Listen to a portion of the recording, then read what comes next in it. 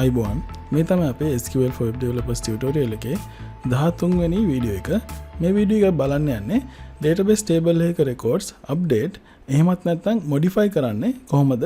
ඒ වගේම delete කරන්නේ කොහොමද කියලා. අපි මුලින්ම බලමු database table එකේ records update කරන්නේ කොහොමද කියලා.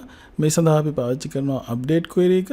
update query එකෙන් අපිට පුළුවන් records එකක් හරි ඊට වැඩි ගණනක් හරි update කරන්න. මේ තියෙන්නේ update query එකේ syntax එක.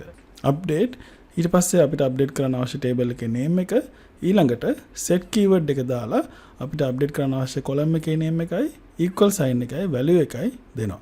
එතකොට අපිට අවශ්‍ය නම් එකපාර columns එකකට වැඩි අප්ඩේට් කරන්න අපිට මේ විදිහට commas වලින් වෙන් කරලා අනිත් column names සහ ඒවට අදාළ values දෙන්න පුළුවන්. ඉතින් මේ query එක අපි මේ විදිහට execute කරොත් අපේ table එකේ තියෙන ඔක්කොම records update වෙනවා. නමුත් මොකක් හරි table එකක ඔක්කොම records update කරන්න අවශ්‍ය වෙන අවස්ථාවල් ගොඩක් අඩුයි. ඒක නිසා අප්ඩේට් query එක පාවිච්චි කරන හැම වෙලාවෙම වගේ මෙන්න මේ විදිහට where clause එක දාලා අපිට අප්ඩේට් කරන්න අවශ්‍ය රෙකෝඩ් එක තෝරගන්න ඕනේ. එහෙනම් අපි example එකක් කරලා බලමු. අපි යමු අපේ products table එකට. select asterisk from products.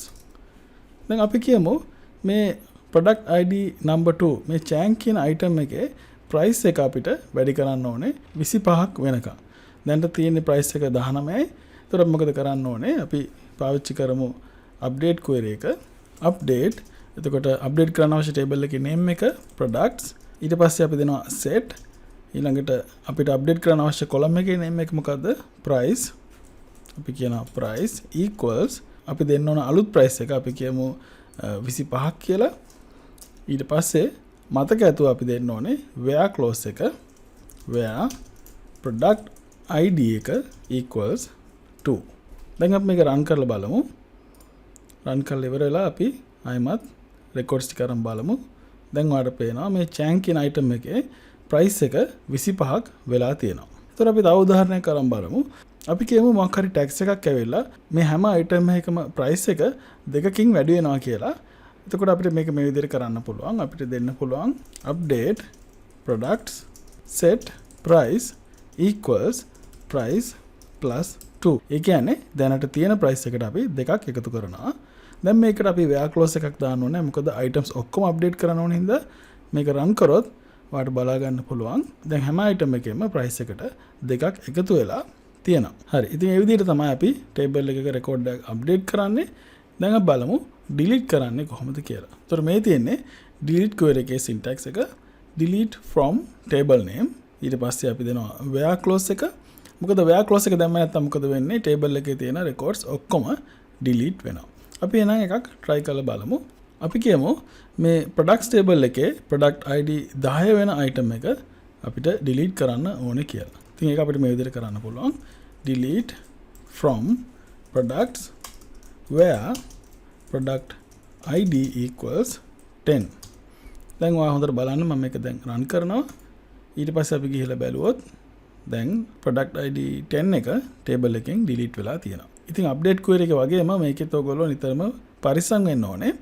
where clause එක පාවිච්චි කරන්න නැත්නම් මොකද වෙන්නේ? අපි run කරොත් මේ විදිහට delete from products කියලා දුන්නොත් මොකද වෙන්නේ? ඒ table එකේ තියෙන ඔක්කොම records එක delete වෙලා යනවා. ඉතින් ඔයගොල්ලෝ මේ tutorial එකත් එක්ක ආපු මේ SQL browser එක use කරනවා නම් ඔයගලන්ට ලේසියෙන්ම එහෙම වැරදිලා delete වුණොත් records එක restore කරගන්න පුළුවන්. මෙතන password එකට restore කියලා ගහලා මේ restore database කියන button එක click කරන්න. එතකොට ආයෙමත් records එක restore වෙනවා.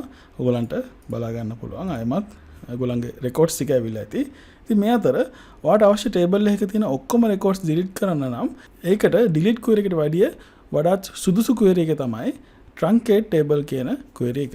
ඒකට හේතුව delete query එකට වඩා වේගයෙන් records delete කරන අතර ඔයාගේ auto increment වෙන column එකක් තියෙනවා නම් ඒකේ auto increment value එකත් reset වෙනවා.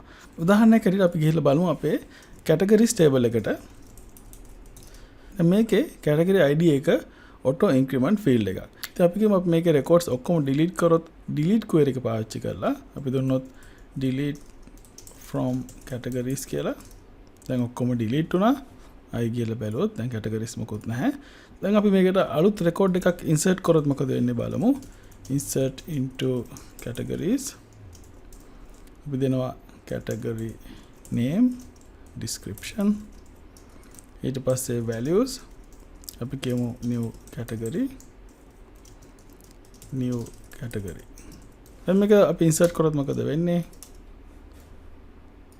දැන් මේක මෙතන වල වැරදිලා records දෙකක් insert වුණා කමක් නැහැ දැන් ඔයාලට පේනවා අලුත් category ID එක පටන් අරන් තියෙන්නේ number 9 වලින් ඒකට හේතුව අපි මේක records delete කරේ delete query එක පාවිච්චි කරලා ඉතින් ඒ වෙනුවට අපි use කරොත් truncate table query එක truncate table categories ඊළඟට අපි එකක් insert කරලා බලමු අලුත් record එකක් මොකද වෙන්නේ කියලා දැන් ඔයා බැලුවොත් ඒ table එකේ records ඔයාලට පේනවා මේ auto increment field එක reset වෙලා තියෙනවා ඉතින් මේ වීඩියෝ ඉවර වෙන ඉස්සෙල්ලා ඔයගලන්ට ආයෙමත් මතක් කරන්න කැමතියි update සහ delete query එක පාවිච්චි කරනකොට පුළුවන් නම් select query එකක් දාලා ඒකේ update කරන්න යන records එහෙම නැත්නම් delete කරන්න යන records මොනවද කියලා check කරලා බලන්න ඊළඟට අනිවාර්යෙන් ඔක්කොම records update වෙන එක හරි delete වෙන එක හරි නවත්තන්න where clause එක පාවිච්චි කරන්න අන්තිමටම මොකක් හරි එක record එකක් නම් ඔයා update හරි delete හරි කරන්නේ ඔයාගේ query එකේ අන්තිමට limit 1 කියන clause එක පාවිච්චි කරන්න. හරි ඊළඟ වීඩියෝ එකත් බලන්න යන්නේ table එකක් create කරන්නේ කොහොමද කියලා SQL පාවිච්චි කරලා. එහෙනම් අපි ඊළඟ වීඩියෝ එකේ හම්බ වෙනකන් ඔයගලන්ට සුබ දවසක්.